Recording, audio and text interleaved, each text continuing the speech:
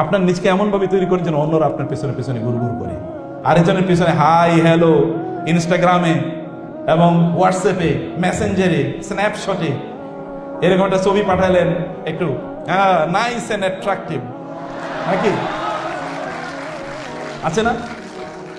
যে আপনারা এমন চরিত্র, এমন যোগ্যতা নির্মাণ করেন যে মেয়ের বাবারা আপনাদের পিছনে পিছনে ঘুরবে যে বাবা আমার মেয়েটার একটু বিয়ে করো না, অতটা মেয়েরা আপনাদেরকে প্রপোজ করবে তুমি আমারে বিয়ে করো।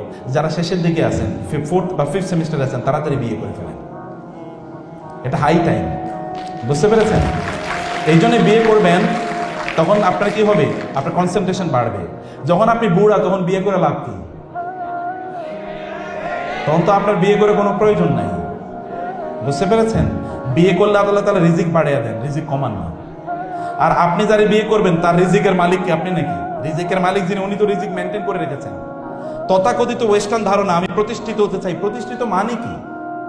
প্রতিষ্ঠিত মানে কি? আপনার ফ্ল্যাট হবে, কার জন্য ফ্ল্যাট করবেন?